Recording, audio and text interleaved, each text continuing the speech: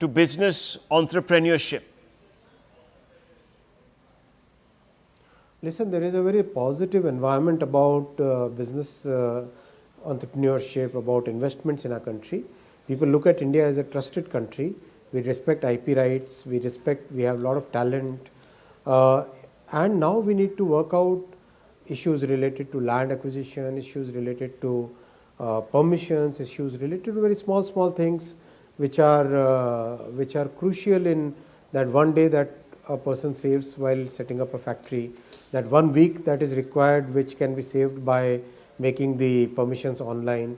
Those are the kinds of nuts and bolts which are required, and every sector will have different things. There is no one brush which paints all. We'll have to really work sector by sector, product by product to get the things done, and we have demonstrated in so many different sectors, and that can be done even now. So I'm glad actually that you have touched upon some of this, because there is a feeling, and I've been speaking to a couple of experts, and they sort of talk about the lukewarm response, let's say, of the stock markets, for example, and they say that, reform glide path could have been enunciated more clearly. For example, the question of notifying the labor laws that are hanging fire now for quite a considerable amount of time, as you know, simplifying land acquisition laws, dispute resolution is something else that could perhaps have been pushed through in this particular budget. How do you respond to this sort of criticism that is coming through? Above and above, of course, the tax reform, which is now set to be really the game changer, but this other stuff that could have really pushed us closer to the 8% glide path also. We have created many examples. If you look at, let's say, the telecom law as well as the data protection law, there are so many mechanisms which have got created which are really appreciated by the investors. For example, there is a construct of voluntary undertaking. If a law or a rule has been somehow got violated, then the firm has a chance, should have an option to go to the authorities and say, okay, I made this mistake, here is what I am going to do to rectify it, and both of them can agree on some sort of penalty and then move forward. So those kind of mechanisms have been created and demonstrated. We have the entire Bharatiya Nyaya Sanhita, which is built on trust, which is built on justice, right? That is a very big reform which is already in front of us.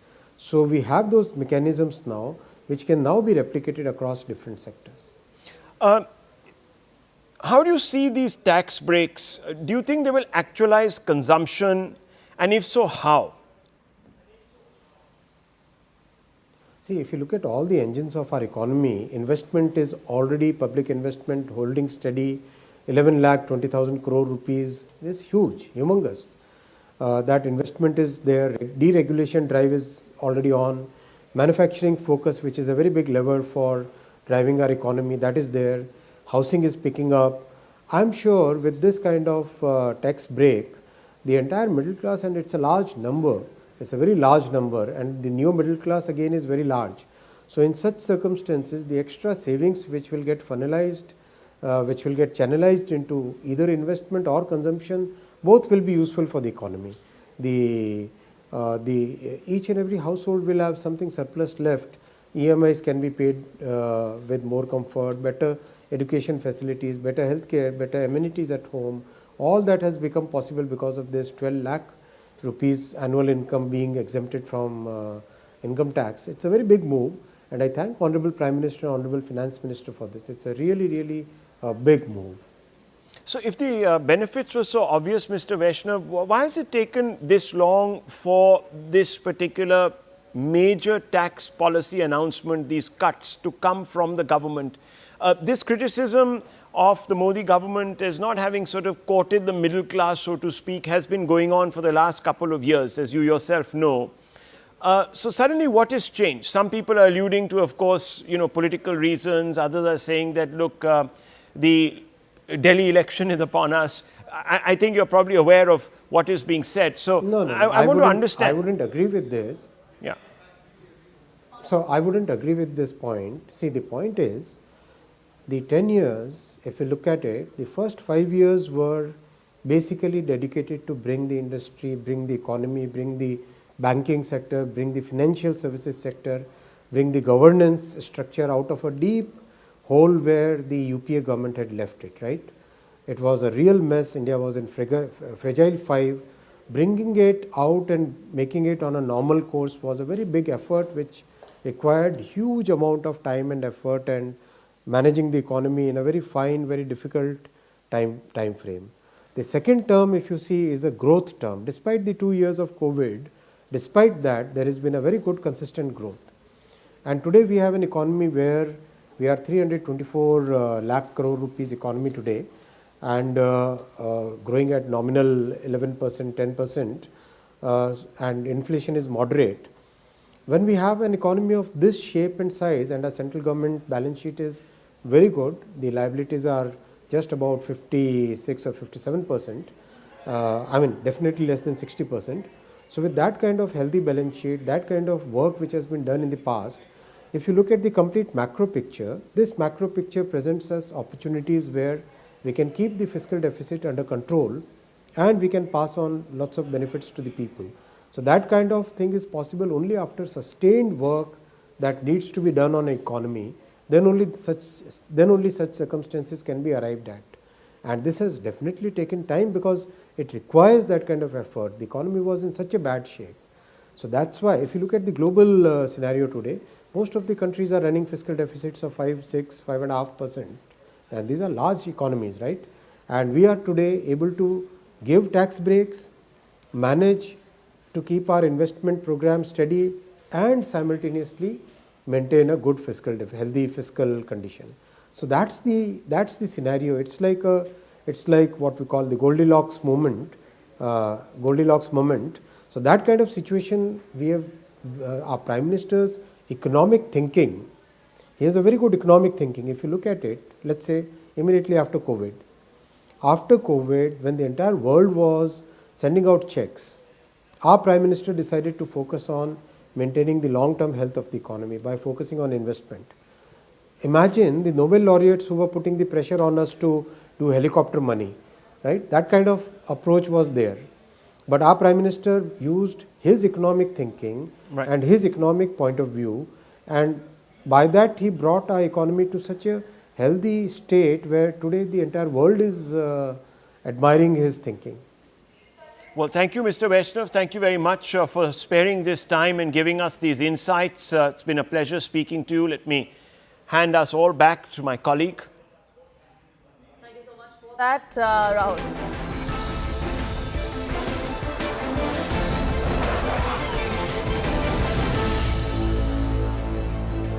Good evening, hello and welcome. You're watching our special coverage here on Budget 2025. You're watching this broadcast with me, Poonam Burde. Finance Minister Nirmala Sitharaman presented her 8th budget, the 12th for the Modi government. And the biggest headline that came in from her 75-minute speech was the income tax relief to the salaried class. The budget focused on poor, youth, farmers and women. It also paved the way for Atmanirbhar Bharat. The plan or the blueprint for Viksit Bharat was laid, said the Finance Minister. Prime Minister Modi too hailed this budget. He said this was a people's budget because Janta Janardhan is the only people that we care about. The other big takeaways of this budget are that senior citizen tax deduction has been raised to 1 lakh rupees. It's been doubled from 50,000. Kisan credit limit has been raised as well from 3 lakhs to 5 lakhs. Loan guarantees have been expanded to MSMEs. That is a demand that had come to the fore for months now. A startup fund of 10,000 rupees for innovation is also going to be allocated. 1.5 lakh crore interest-free loans for states are going to be given. This is to ensure that public-private partnership is increased, that there is a greater say as far as private entities are concerned as well. The Jal Jeevan Mission, that's been expanded to until 2028. 10,000 more medical seats are going to be added in the next 5 years. That has focus of the education sector. There is expansion of IITs. That's in the works as well. Another big headline that came in from this budget was that 36 life-saving drugs are now completely tax exempt. Several more the duty on them have been reduced. 82 items have been removed from the cess of the surcharge list. Additional infrastructure, like I said, for IITs is going to be in place. All IITs that were made after 2014 will now see an upgradation. So the focus was keenly on innovation, on technology. There was announcements that came to the fore for artificial intelligence as well. All of that has been kept in mind by the Finance Minister when she made that speech. I am now happy to announce that there will be no income tax payable up to income of 12 lakh rupees. In the new tax regime, I propose to revise tax rate structures as follows: 0 to 4 lakh rupees nil, 4.8 lakh rupees to 4 to 8 lakh rupees 5%, 8 to 12 lakh rupees 10%, 12 to 16 lakh rupees 15%, 16 to 20 lakh rupees 20%, 20 to 24 lakh rupees 25%, and above 24 lakh rupees 30%. यह budget savings को बढ़ाएगा, investment को बढ़ाएगा, consumption को बढ़ाएगा और growth को भी तेजी से बढ़ाएगा। मैं वित्त मंत्री निर्मला सीतारमण जी और उनकी पूरी टीम को इस जनता जनार्दन का बजट, पीपल्स का बजट, इसके लिए बहुत बहुत बधाई देता हूं। Union Minister for Petroleum and Natural Gas, Hardeep Singh Puri, joining us on this broadcast. Sir, thank you so much for speaking with us here on CNN News 18. We've all heard the speech by the Finance Minister and the reactions that have come to it. The Prime Minister also saying this is a people's budget. Well, of course, the middle class is happy today. They've been left wanting after many a budgets, but that's something that has been addressed this time around. But do you think this budget also will help in spurring growth? Because that's something that the industry is looking at. Absolutely. You can't have one without the other. I mean, the most important issue here is that if you are looking at 6.8% growth without the additional boost that this budget is going to give, the boost that comes here, I mean, it's across the economy. It comes in critical minerals. You took a decision by the cabinet. You have now got decisions on lithium battery mining for that. You're talking about nuclear energy. You are talking about centers of excellence in artificial intelligence. We are talking about growth to the civil aviation sector, more airports. But I draw your attention to one thing. You put, as the Honorable Prime Minister says, you put money into the pockets of the people, and that is power for the nation. Also, if you look at the overall thrust, you see, at a time when you are the world's fastest growing major economy, and the rest of the world, rest of the globe is facing challenges as well. When you're at 50% of your GDP is in the external sector and you have to navigate that, the kind of strength and resilience that you will get from a budget like this, which is people-centered, it is something which is putting more money into the hands of the people. The middle class gets relief, which was more than what was being expected. But more than that, it's not just the middle class, it's the all sectors, agriculture. I was looking at some of the provisions that have been made, the new scheme in agriculture. If you look at manufacturing, if you look at the services sector, and you have growth all of urban. You know, I was associated with the Urban Affairs Ministry for 7 years. Again, the boost that you're getting there, this is all very welcome. And I think this is not only a budget designed to boost growth, but a budget which will firmly place us on the journey towards becoming a Viksit or a developed nation. And that blueprint of Viksit Bharat, there was some disappointment or at least criticism, so to say, that came in as far as capital expenditure allocation was concerned. Do you think that with this budget now, we've seen a shift for the government from capex to consumption? Is that what the government is trying to do here? No, I don't see any shift in strategy. Insofar as capital expenditure is concerned, it's been there all along. For the last several years, capital expenditure, which boosts infrastructure, has been going up by something like 30% every year. Now, when you've got a 30% increase, this year it's not been reduced. I mean, if total expenditure was 10 lakh crores, this year you provision for 11.21 lakh crores. So I think that's a lot of money. Plus, these are only the initial budget provisioning. As we go along and as you get the capital expenditure figures in, capex is doing well. It will also now, this is the government's capex. I mean, the private sector, if you look at what's happening, what the OMCs are doing, what other things are happening, this is all win-win. And I don't think the stock market you should take at the beginning of a process. You know, the stock market has to factor these things in. One of the things that what happens is, for instance, the auto stock has gone up. Why? Because the lower priced cars, some inventories were building up. The more expensive cars, there was a waiting list of 5 or 6 months. I would say that, you know, it takes, you know, immediately as the budget figures are announced, it's not possible to soak in everything, but it's been very positively received otherwise, and all the comments I've seen, I think it's a win-win. And like you pointed out, it did eventually bounce back, or at least there were certain sectors that remained in the green right from the beginning of once the finance minister concluded her speech up until the very end. But Mr. Puri, I want to also ask you this because you've been an urban development minister in the past. So, you know, there's an urban challenge fund that has been announced. 1 lakh crore rupees have been allocated for that. Do you think this is to boost confidence in the real estate sector as well, also among people that tier 2, tier 3 cities will now be on par with others? 100%, 100%. You see, when Modi ji assumed responsibility at the center, I'm talking about 2014, there was no concept of urbanization or the challenges that urbanization posed. Modi ji then turned around and said that the challenges that urbanization poses also become opportunities. And he stepped in. For the first time, we had systematic planning. You see, in that planning, what happened? I mean, there is affordable housing. Affordable housing is not going to come only from the government, but under the Pradhan Mantri Awas Yojana, both for the urban and the rural sectors, he is already provided for 4 crore homes to be given to Labharthis. And in the urban sector, it's about 1 crore, 12 lakhs, and 80% has already been done. Then when Modi 3.0 came, it decided that another 3 crores were going to be built.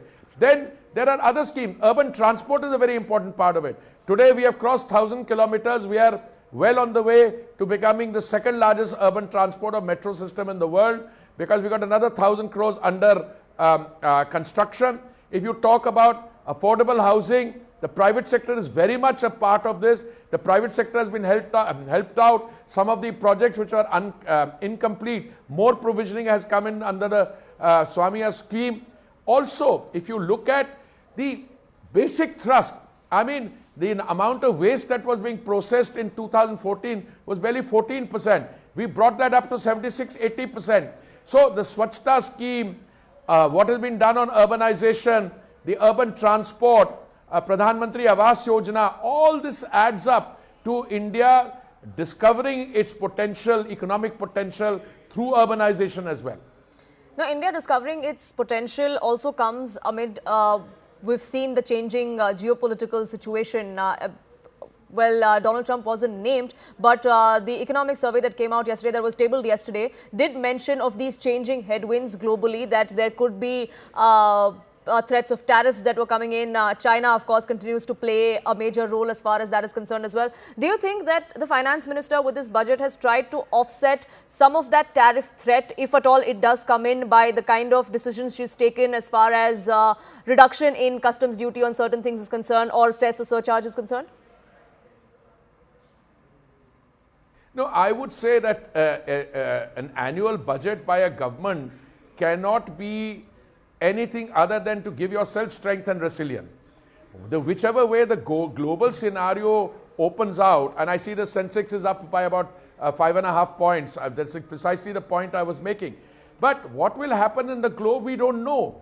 You see, it's an interdependent, integrated, globalized world still, even if some tendencies are there which are anti-globalization. 50% of our GDP, madam, is in the external sector. So the value of goods and services which are imported and exported, the value of remittances, that all adds to our GDP. What is going to happen in the world? Frankly, we can only guess. If there is peace in the world, as in the Middle East, and hopefully there will be between Russia and the Ukraine also, that is good for peace.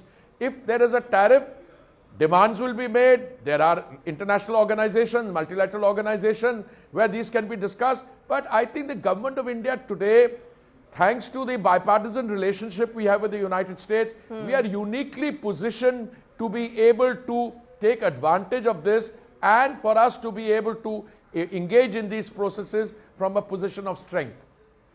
So that is India taking certain decisions to ensure that we have that negotiating power or the leverage, so to say. One last question, Mr. Puri, before I let you go. The kind of reaction that has come to the fore from the opposition, that this budget focuses so much on Bihar because the state goes to elections later this year. Some even said that this is not a union budget at all, this is a Bihar budget. How do you respond to them? No, this is, I think, every year they come up with some form of carping criticism. This is not this is not that. The fact that an election is taking place in one state of India, this will continue till we have a one country, one poll. And by the way, we gave, there was a provisioning of a 90,000 crore or a 1 lakh crore refinery in Andhra Pradesh. There's no election in Andhra Pradesh. They said they're your allies. Now, if airports have gone from 74 to 150 and more are being built, some of them happen to be in Bihar, so what? There's an election taking place in Delhi, but Delhi is not the only city in the country which has a middle class. If there is a pay commission announced a week or 10 days ago, that middle class which will benefit from the pay commission will benefit the middle class throughout the country. And the middle class is definitely happy from what has come to the fore today. Like the government pegs it, at least 85% of taxpayers, if they move to the new regime, are going to benefit from the decisions that have been taken as far as personal tax goes. On that note, Hardeep Puri, thank you so much for speaking with us here on CNN News 18 and taking out the time. I have to slip into a quick break on this edition, but our rolling coverage here will continue. Do stay tuned.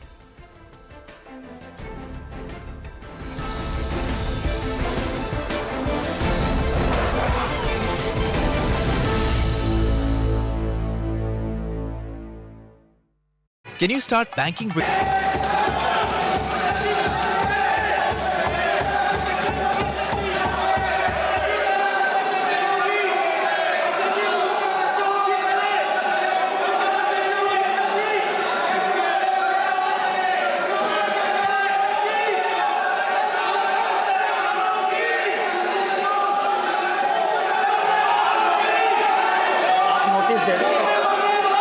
सदस्यगण, budget के बाद राज्यपाल अभिभाषण में आपको पर्याप्त अवसर दूंगा।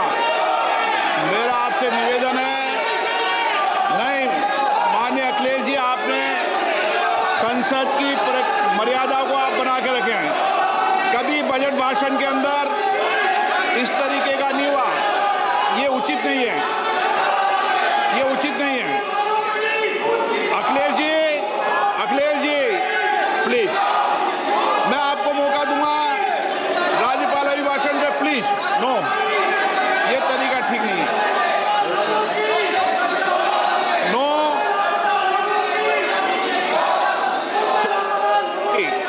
राज्यपाल अभिभाषण पे चर्चा होगी। नो तरीका। Honorable Speaker, I present the budget for 25-26. This budget continues our government's efforts to A. Accelerate growth, B. Secure inclusive development, C. Invigorate private sector investments, D.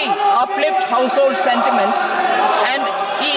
Enhance spending power of India's rising middle class.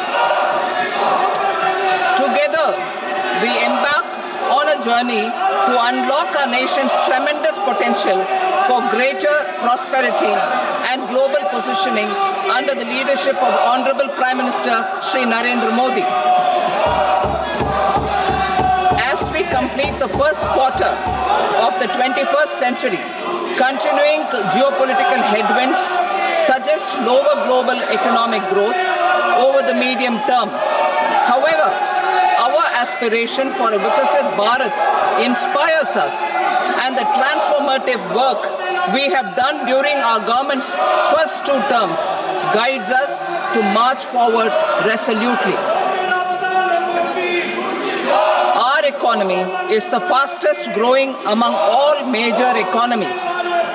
Our development track record for the past 10 years and structural reforms have drawn global attention. Confidence in India's capability and potential has only grown in this period. We see the next 5 years as a unique opportunity to realize Sabka Vikas, stimulating balanced growth of all regions. the great Telugu poet and playwright Gurujada Apparao had said, Deshamante matti kadoy, Deshamante manushuloy, meaning a country is not just its soil, a country is its people. In line with this, for us, Viksit Bharat encompasses zero poverty, 100% quality good school education, access to high quality, affordable and comprehensive health care, 100% skilled labor with meaningful employment, 70% women in economic activities, and farmers making our country the food basket of the world. In this budget, the proposed development measures span 10 broad areas focusing on Garib, Youth, Annadata and Nari, spurring agricultural growth and productivity, building rural prosperity and resilience, taking everyone together on an inclusive growth path, boosting manufacturing and furthering Make in India, supporting MSMEs, enabling employment-led development, investing in people, economy and innovation, securing energy supplies, promoting exports and nurturing innovation. For this journey of development, our four powerful engines are agriculture, MSME, investments and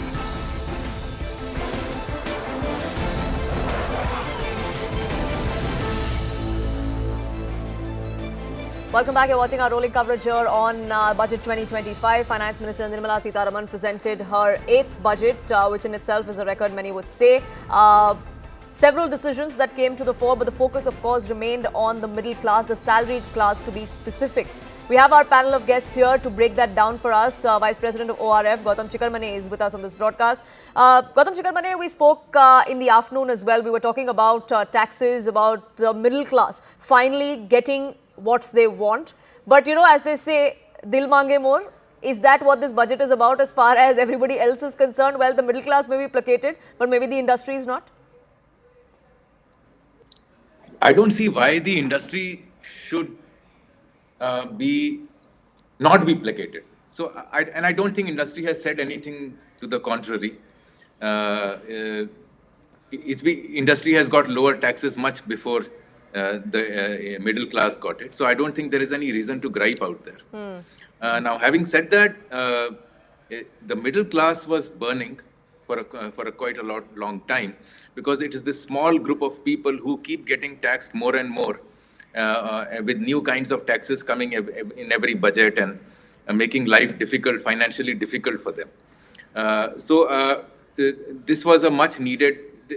I think the government had its ear to the ground. It heard what was happening out there, that the middle class was unhappy, and tried to fix that problem democratically through the budget. Why should industry be not happy? I don't understand, because there is nothing wrong that has been done to the industry. Nothing has been taken away. No benefit has been removed. So I think it is status quo on the industry side. As neither an industry person nor a tax beneficiary, what I would say is that I find growth missing. However, if you see that if the middle class, the tax breaks given to the middle class is taken into account, that money is likely to go either in the spending or it will go into investments, both of which are okay. And maybe there is an indirect benefit to growth through this consumption-driven growth, or it could be investment-driven growth. So I don't see there is to be any problem. Yes, we could have grown faster. Yes, regulatory framework could have been eased much more. But I think we can easily wait for the next policy to come. Sure, there is always room for more, as some would suggest, but this time around it looks like, at least as far as 70% of the boxes are concerned, the Finance Minister has ticked that. S. Vasudevan, Executive Partner at LNS Attorney, is also joining us on this broadcast. Nainal Kidwai, former President of FICCI, is with us as well, and we were speaking of the industry, so I'd like to get Nainal Kidwai in first. Middle class, of course, very, very happy. At least the salaried taxpayer, from what the government pegs it at 85% of the tax-paying Indian citizen is going to be benefiting if they move to the new regime now. But what about the industry? Are they happy too? Because a lot is being spoken of as far as capital expenditure allocation goes. That's something that the central government has been focusing on up until now. Many say this was a shift from capex to consumption this time around. So you're absolutely right in the middle class being focused on in terms of more spend and therefore that translating to higher demand and consumption, which is very favorable for industry. In fact, dare I say that the changes made there are more significant than most of us were expecting. On the capex, there was initial disappointment because there had been a request that capex actually go up from the 11.1 lakh number, albeit only 10.18 of that has been spent this year. That number go up by about 15% or more.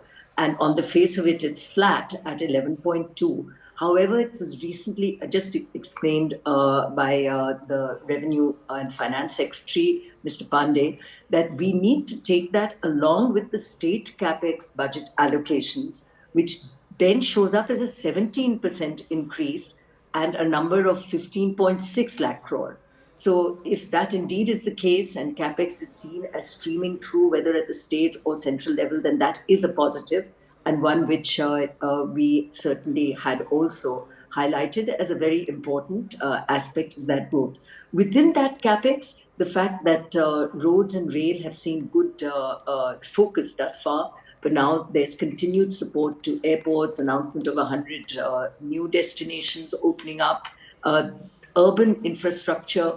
There's a huge continued investment in the Jal Jeevan Mission and Swachh Bharat Mission. And those increases are significant at 198%, where so far 80% of households have seen tap level water delivery, which needs to go up to 100. And the Swachh Bharat Mission, one of government's most successful programs, continuing to power ahead with investment. So urban infrastructure in health, sanitation, water, all lead to a healthier India and a cleaner India, which saw resonance. I would just add that from an industry perspective, again, given that there is big demand for jobs, there is also a push in labor-intensive industries. Mention of the leather industry, footwear, tourism, handicrafts. These are key industries to provide employment and ones which, again, industry is very happy to see in the list of focus therein. So the MSMEs generally. So the focus areas seem to be crucial, as Vasudevan. They're also focusing on health and education.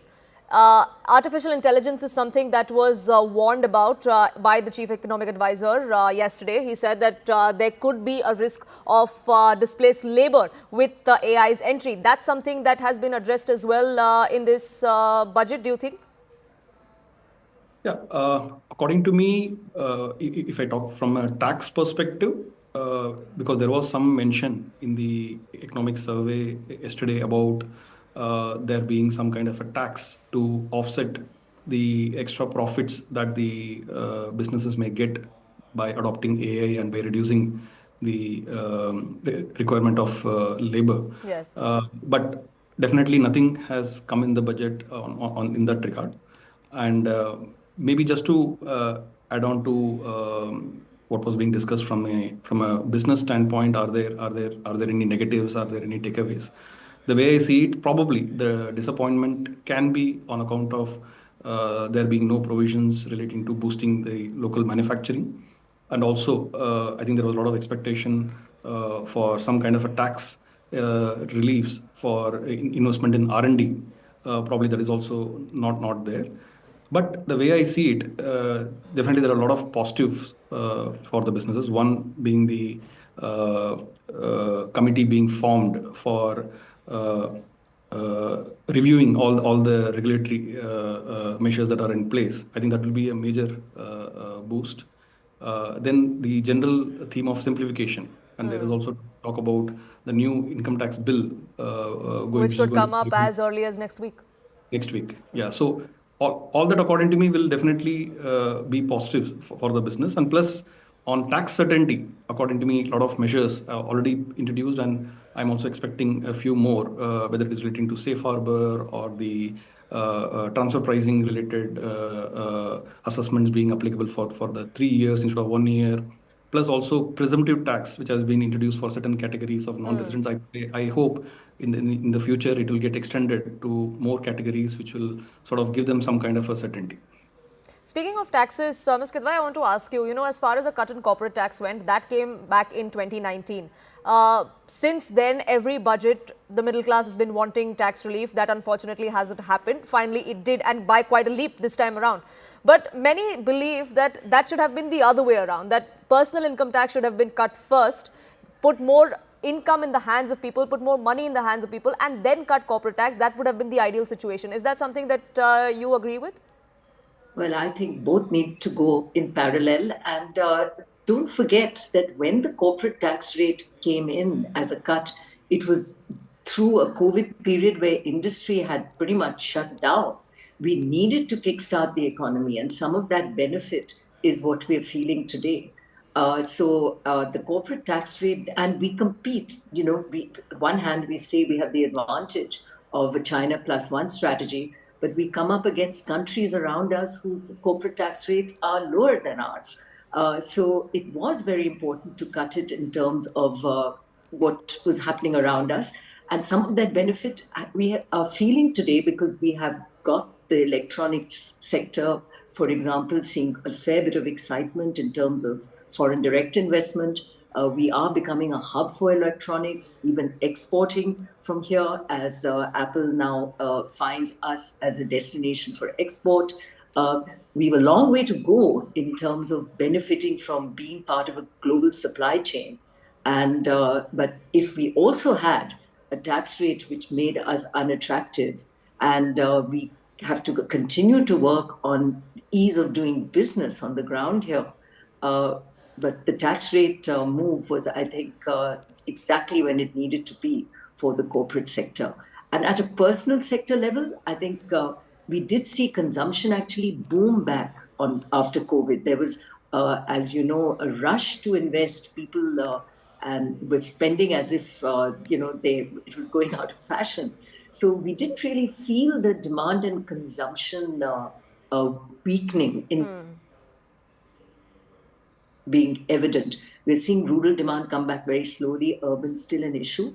And it's very timely that it has happened now. So I think timing-wise, this is a responsive government, one that sees what the need of the day is and is doing what it needs to.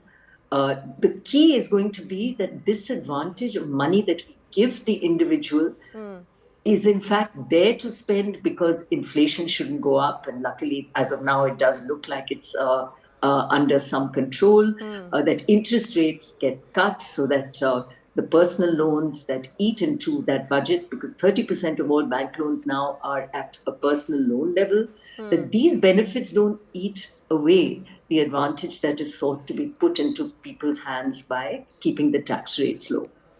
Well, we'll have to leave it at that, but I thank you all for joining us here on this edition and sharing your perspective and your insights on what this budget means for the Aam Aadmi, for India Inc. And speaking of India Inc., joining us on this broadcast is Kiran Majumdar-Shaw, Executive Chairperson and Founder of Biocon Limited. Niranjan Hiranandani, Managing Director of Hiranandani Group, is here as well. Let me begin by asking you, Ms. Shaw, how would you rate the budget? What are the pluses and minuses for you?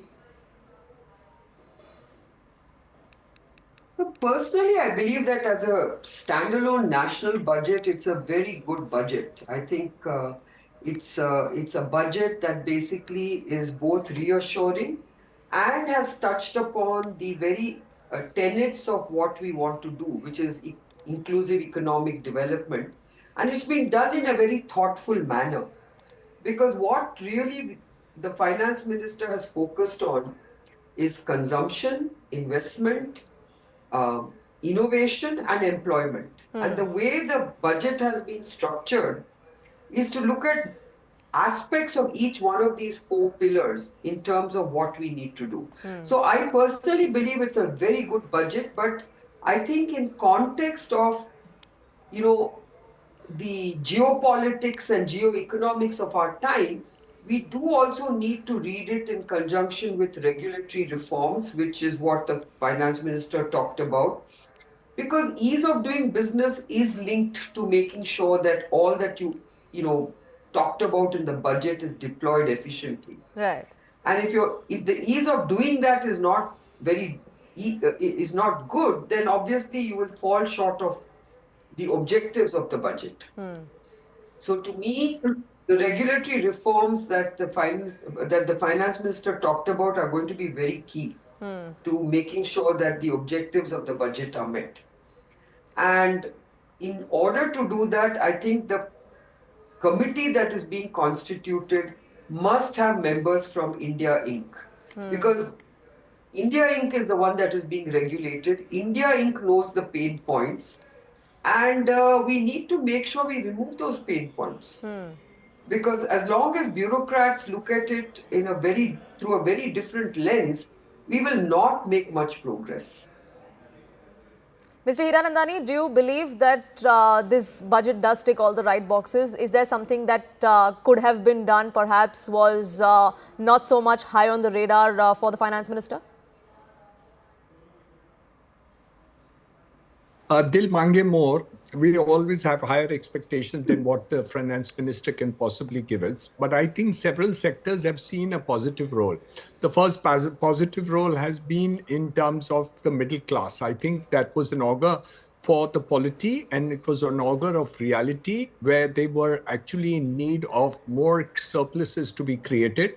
In the last 6 to 12 months, we have seen a fall in terms of retail sales, in terms of various sectors of the economy. And I think this saving part of it to the middle class is going to be a boom, because they will then be able to be a part of the purchasing power. The sector has grown tremendously, so I think there's a positive turn. Okay. On the real estate sector, we see a couple of things that have been done. One is the Swami Fund. The Swami Fund 1 with 10,000 crores contributed by the central government. This time they've talked about 15,000 crores to be contributed. But my feeling is that that's not going to be enough. I'm not talking about the contribution, but I think we need to set up several funds. And many of these funds, our last in, first out fund, may not require funds from the central government, but an enabling provision under which more housings could be completed. So I think it's a good thing, but we need a little more as far as that is concerned. On the factor of overall investment, I think the finance minister could have done a bit more, in the sense that she has met the fiscal target of 4.2%. But I think looking at the fact that 2024 investment was less due to the elections that took place both in the center and at the states in Maharashtra also. I think the investment took place late. I think we needed to actually increase that figure that we are talking about in terms of growth sector. The main thing which I am very happy about is the focus on skill development, and especially in the real estate sector. Today's date, I would say we are the second largest employer in the market after agriculture in the country. And we employ about 71 million workers. Correct. Of which, unfortunately, only 13 million are skilled. So when we actually need more than 23, 24 million workers. And if you're looking at the Prime Minister's target of 2030, with the investment portion going up, we'll need 100 million workers in the real estate and infrastructure sector, of which so job creation is extremely important as far as the real estate sector goes. Skill development. Right, So but we are Mr. Hiranandani, I want to ask you this. But I want to ask you this, that we're talking about the real estate sector, we're talking about job creation as well. What do you think the finance minister could have done more? Where do you think she had more elbow room to wriggle in that she should have, but perhaps didn't for better wisdom of hers? And unemployment in... I think let's look at 2 or 3 things. One is the question of rental housing. See, most of the time they've been giving a focus only on purchase of houses. I think we needed a focus on rental housing. Last year in the budget, the finance minister had done a focus on industrial workers, where she had given a benefit for those who are investing in the industrial workers' housing. I think I was expecting that now would be covered in rest of it. Let's say you as a journalist shift from one city to the other. You can't buy a house again in the next second city. You need to get into a rental house. So I think a lot of focus needs to be done in that segment, and that is still remaining. Another important point is the pressure that we now need to put upon reduction of interest rates, because affordable housing in the last 1 year has seen a downturn, probably the first in my whole career of 40 plus years. I'm seeing a reduction in affordable housing quantum. And this has never happened before. So this is partly due to interest rate being high and the other cost of business which is there, the ready reckoner rate, the other stamp duty rates and others which are at the state level. So a comprehensive thought process on how to make houses more easily available and also more affordable, I think needs to be focused on. And also this will, sort out most of the unemployment issues in India. Now we're talking about skilling, so I want to get in Kiran Majumdar-Shaw as well. You know, several decisions, several allocations, announcement have come to the fore in this budget for research and innovation. That was something on your wish list as well, I believe? You think they've done a good job? It was absolutely on my wish list because I kept saying that, we need to see research-linked incentives, and I think the fact that a 20,000 crore outlay for private sector research and innovation was laid out, I would like to see the fine print because I really need to see how it's going to be deployed.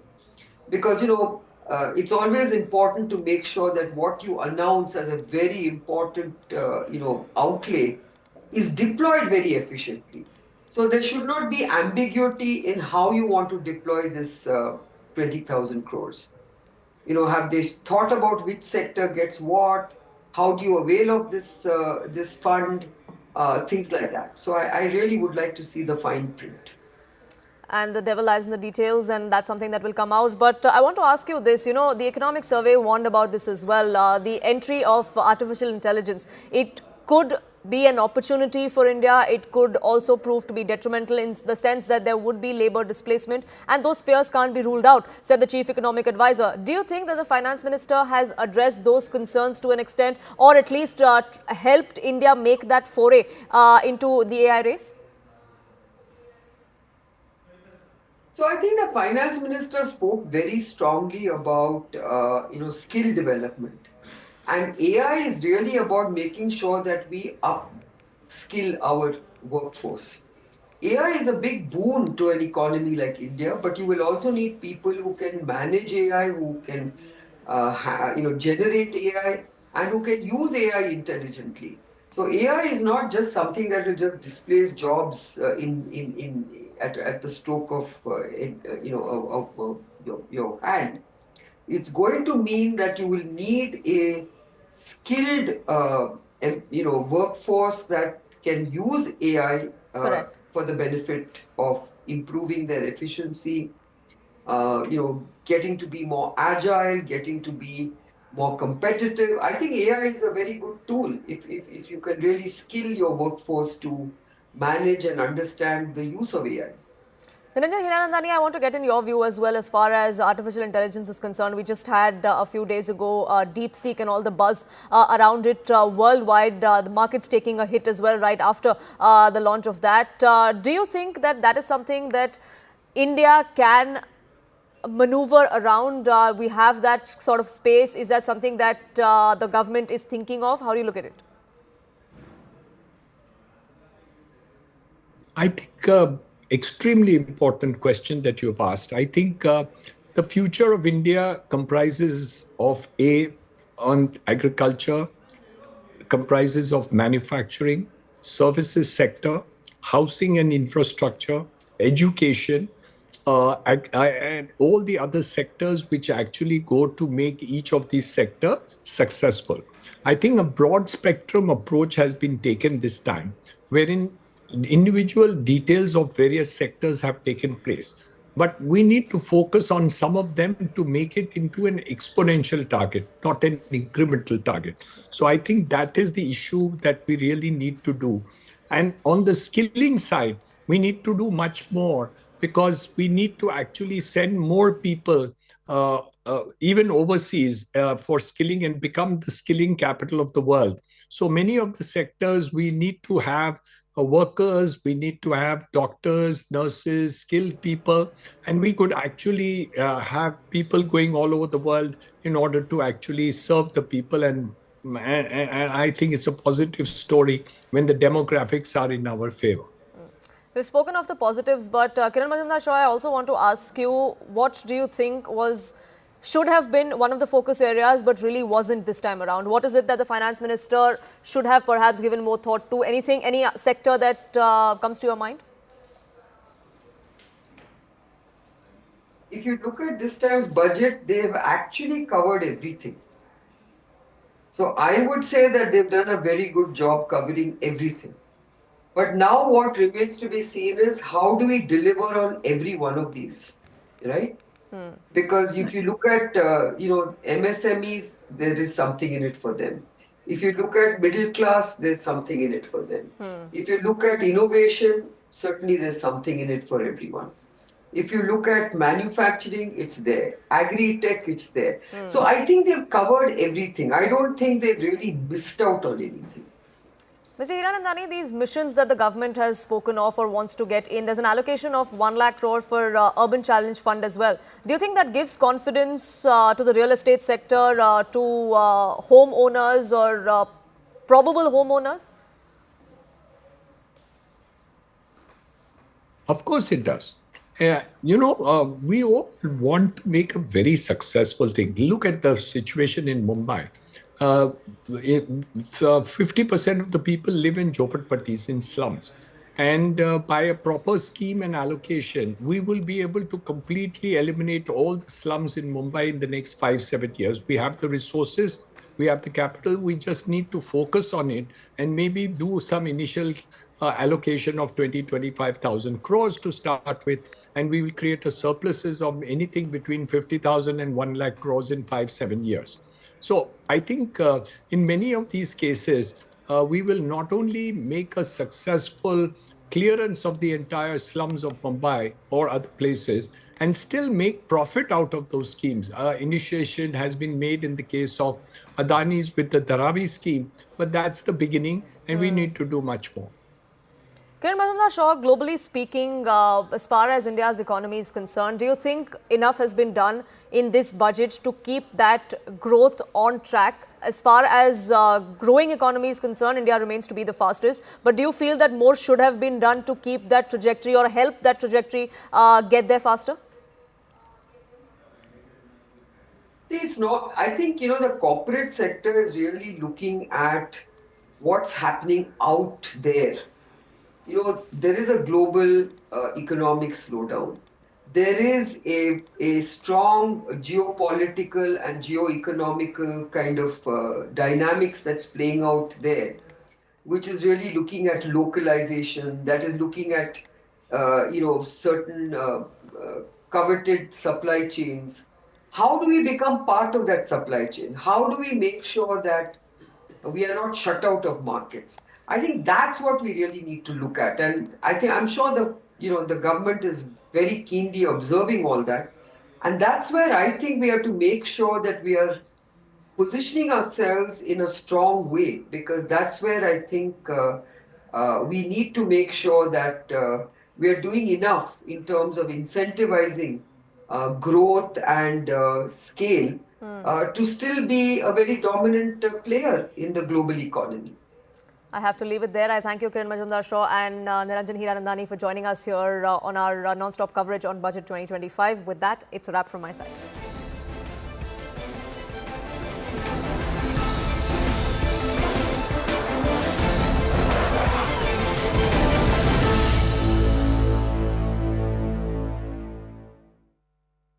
Can you start banking?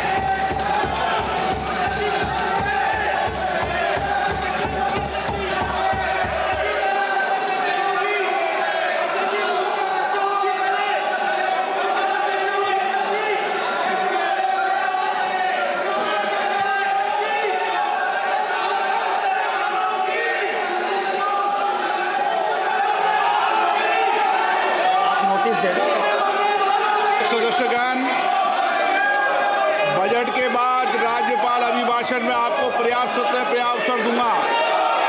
मेरा आपसे निवेदन है, नहीं माननीय अखिलेश जी, आपने संसद की मर्यादा को आप बना के रखे हैं।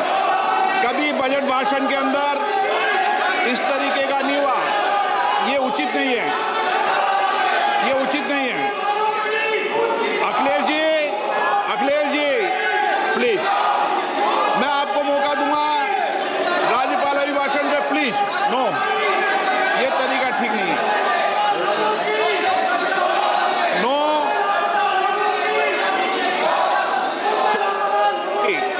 राज्यपाल अभिभाषण पे चर्चा होगी। नो तरीका। Honorable Speaker, I present the budget for 25-26. This budget continues our government's efforts to A.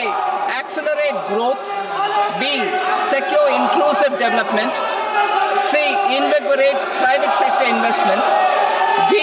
Uplift household sentiments, and E.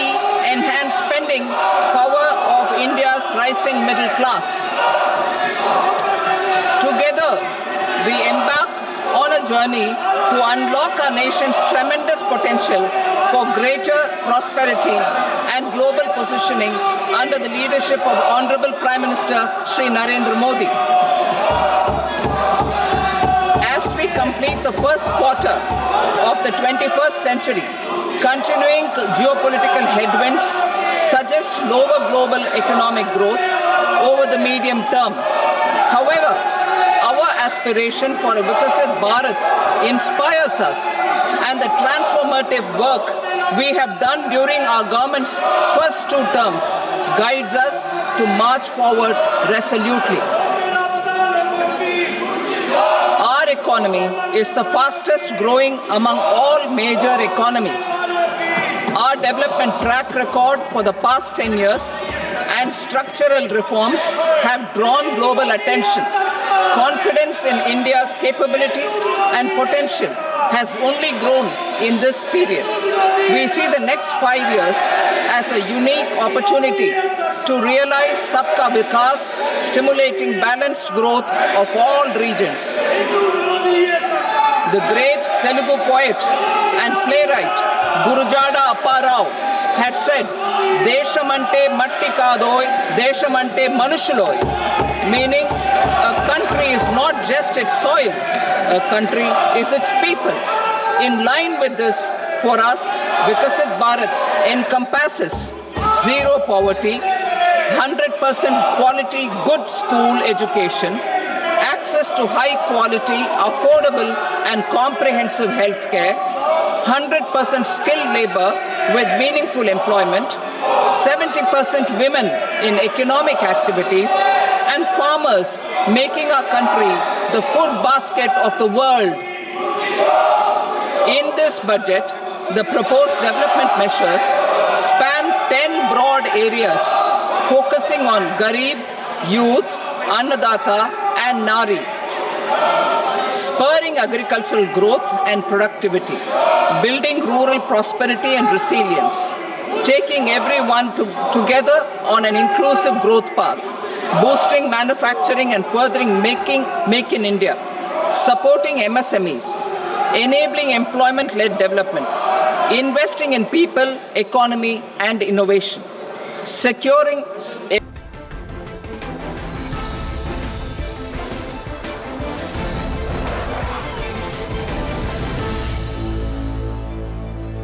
Good evening and welcome to our continuing coverage here on Union Budget 2025. I'm Zaka Jacob. Finance Minister Nirmala Sitharaman has presented what is easily the most middle-class friendly budget in the last 10 years of the Modi government. The big headline is that the basic minimum tax slab has been increased from 7 lakhs by a whopping 5 lakhs to 12 lakh rupees, which is a huge fillip to the middle class. The hope is that this will put money in the pockets of the middle class people.